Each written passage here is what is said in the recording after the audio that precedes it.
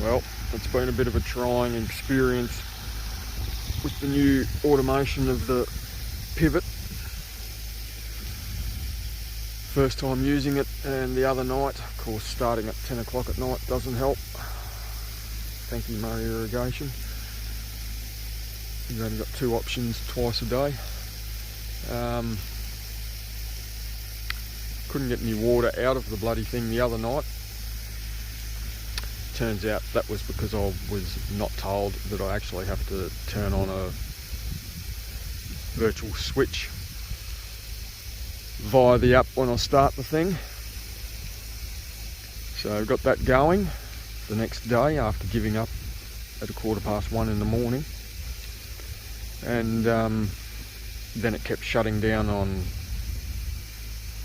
well, it reckons it was low pressure. The actual pivot would shut down. There was plenty of pressure at the pump, and there was water coming out of the bloody thing, yet it was shutting down thinking it had low pressure. So one of the guys came out and screwed it up a fraction, and that seemed to make a difference. But then last night I had God's own problem as well, because the thing is, when it shut down, it sends you a command that's shutting down via the app. After a certain amount of time you can restart it again and keep going before the pump will shut down. Well, I couldn't get it to restart via the app, and I went out to the centre and there was no power on it. The only way I could get power was to turn the water pressure switch off, then it powered it back up. But when you turn the water pressure switch back on, once the water was coming out, it would turn off again.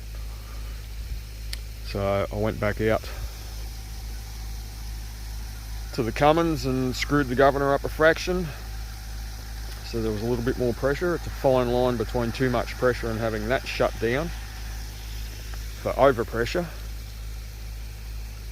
And walked back out here and flicked the switch, and magically it stayed going this time. But this morning's issue was somewhere over there. Because I only had 3 megs ordered, it ran out of water and the pump shut down, which is fine. It's meant to do that. The only issue was this never shut down, which it's meant to if it's got low pressure. Obviously, because it reckons it had low pressure the other day, so it should have shut down when it didn't. When it did, and it didn't have low pressure. So when it actually had low pressure, or no pressure, the friggin' thing kept walking. So now I've got a dry spot out there that I'm only putting on enough to do it's a bit over 12 hours. This will be more like 13.5 or 14 hour run. I'll have to start it a bit earlier tonight. Try to, maybe.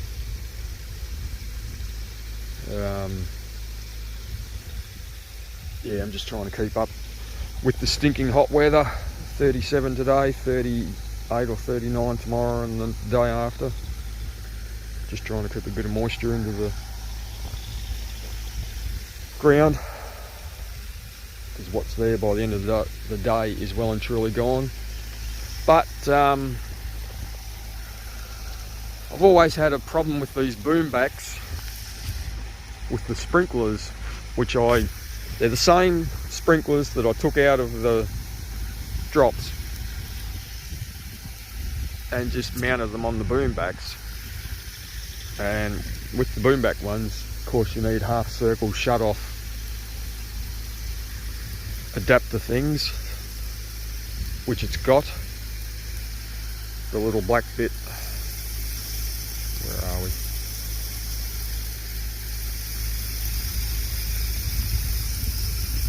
It's not going to work. Between the blue bottom of the actual motor and the blue part halfway up, that black piece there is what that's what you replace with a half turn one, so that it doesn't do a full spin like those ones over there are. But they should still spin, which they don't. As you can see, it's just a constant stream in a few directions.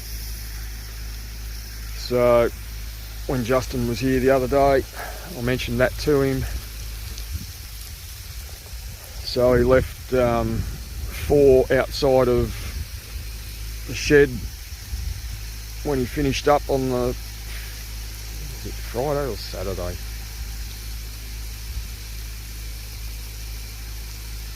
Must have been Friday, because they were closed, the rest of the business. But big thanks to him for coming out and sorting this out Friday morning. So he left 4 sprinklers there for me to try.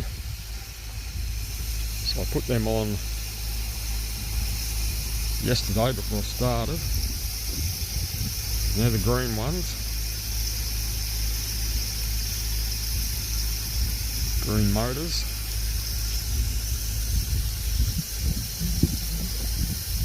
Where are we? And where is the white one? There's the white one.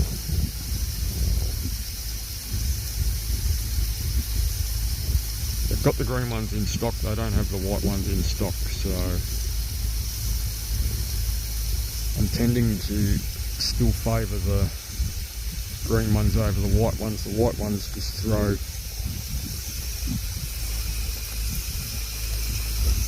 you're still sort of getting pondage on the ground, because that was the problem with the fixed ones, well, that are not meant to be fixed. They tend to pond, zoom back, they tend to pond water to the sides because they're sort of just aiming at one spot on the ground, like here. It's not really going anywhere. So I'm tending to think I prefer the green ones, like more of an even coverage. The white ones, I think I'm getting too much splash backwards, even though it shouldn't be. Plus the other thing I don't like about the white ones, I don't know if you can pick it up there, but you can see the movement in the boom backs because of the rotational force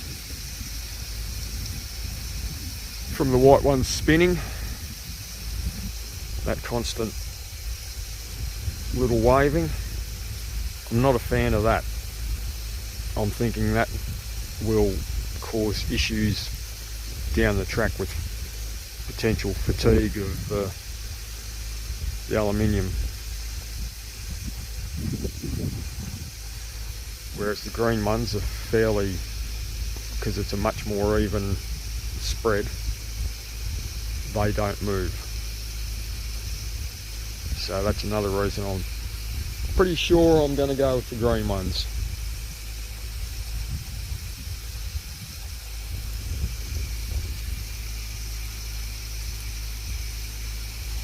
So yes, I was going to keep the 2 white ones and just put them up on the end, one right out on either the last of the boom backs, but I don't think I will. I think I'll just replace them all with the green ones.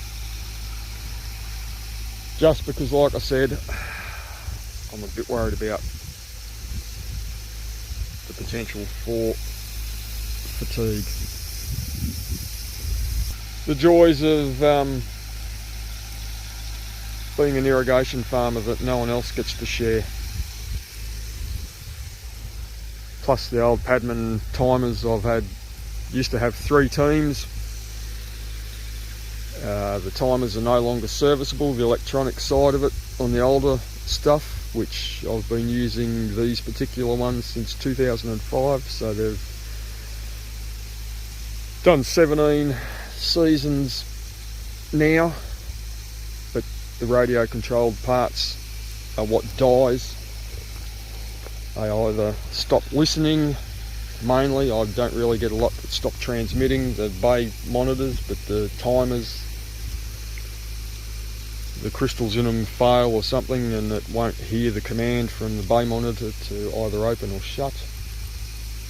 So I had one team fail, I've cannibalised the good ones out of it to keep the other two teams going, and then the other night I had another one in a team fail, and then the last team that I had, one of them failed too, so I had to cannibalise one out of the two good ones that were left in the other team, and managed to manufacture one to keep that team going. But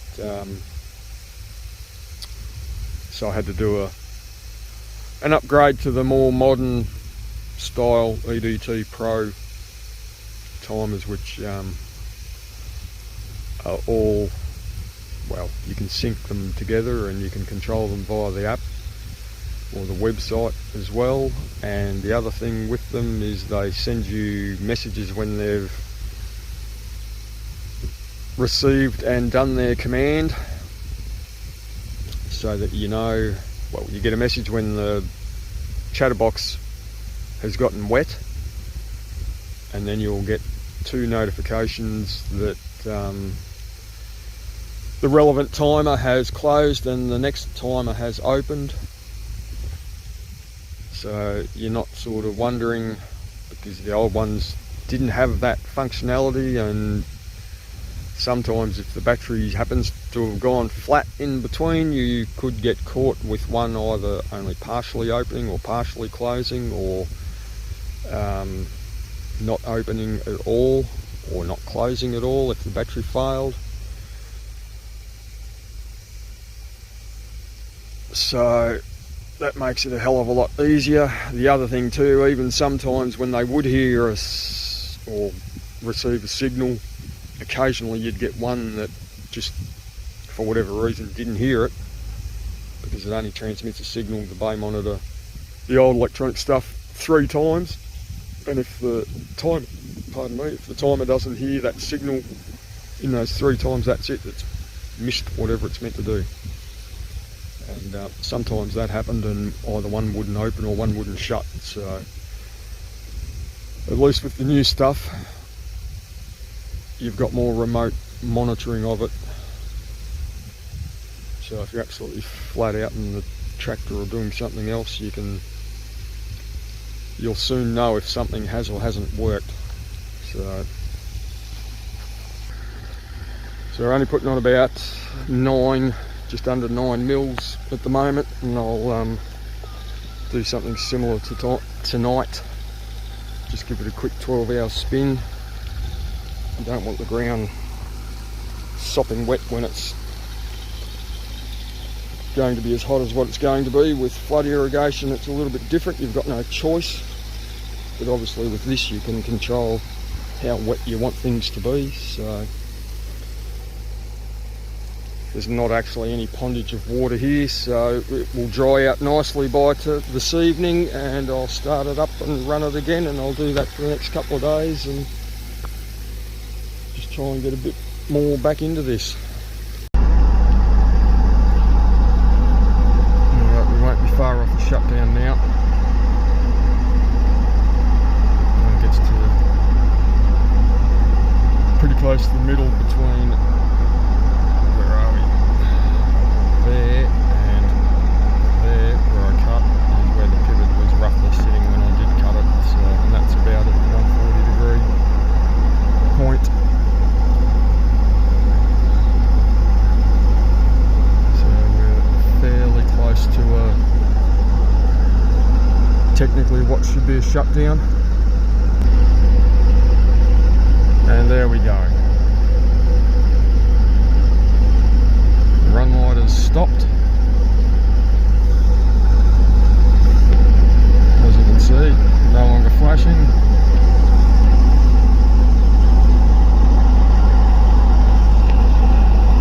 Irrigator has stopped walking.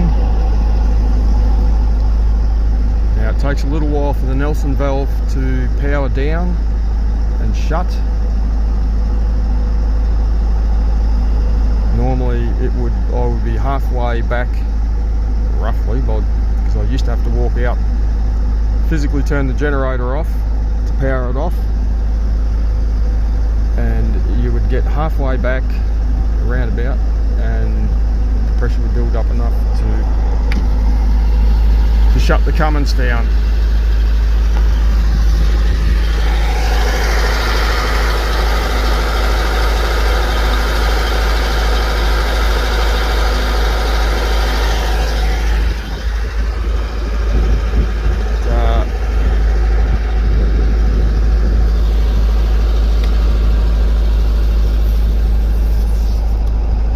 Also has a timer on the Nelson valve as well, which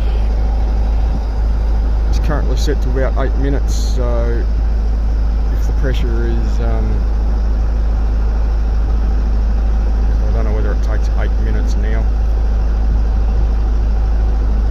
And I've just got the alert triggered on the phone. It didn't make the noise, but it showed up on the screen in front of me to say that it's stopped.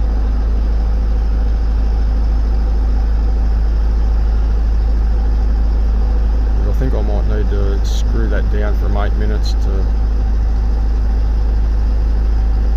4 or 5 minutes is plenty. You don't need 8 minutes of the water going in the same spot and not having it move.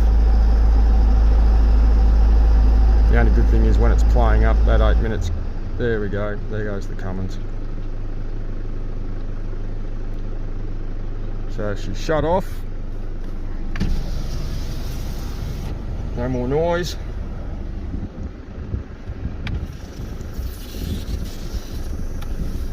So that's probably equivalent of where it used to be roughly, because you'd, like I said, you'd get about halfway back from the centre and it would shut down. So I'm happy with that. Okay. Worked out why the river screen was sinking. Thought, yeah, it might have had a bit of water in the floats. Yes, it had water in the floats, and this is going to be fun because I'm standing on concrete here, but when you get off the concrete there's fucking giant holes there. They've all got holes in the fucking bottom of them, the 3 main floats at the back. So what I will attempt to do for the time being to get some more use out of them, considering they shouldn't have any holes in them, rather than replacing them, because Christ knows how much they cost. What I am going to do is loosen off the bolts, and we'll try and rotate these floats so that the holes are on the top. Should at least get a couple more years out of them, maybe. Tending to think, fucking fuck off, fuck me, you fucking cunts of things. This is why I wore gumboots too, and I reckon there's one on my ankle. Fucking leeches, dirty fucking bastards. No, fuck you. You don't deserve to fucking, you can get up there and fucking die in the heat, you cunt. Fucking assholes. Fuck me.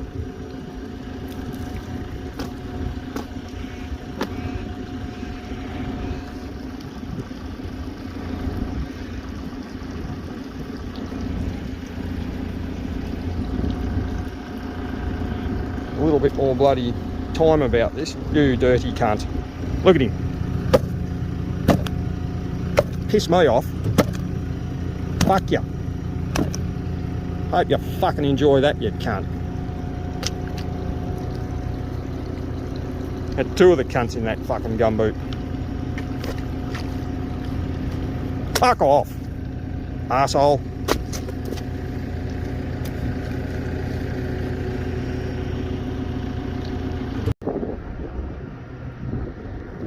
Well, survived the fucking leeches, and with a bit of, well, a lot of actually rooting around, managed to undo them with a bit of trouble, spin those pontoons around, and now it floats like it's meant to. So technically back to square one for the time being. But next time it'll need new pontoons.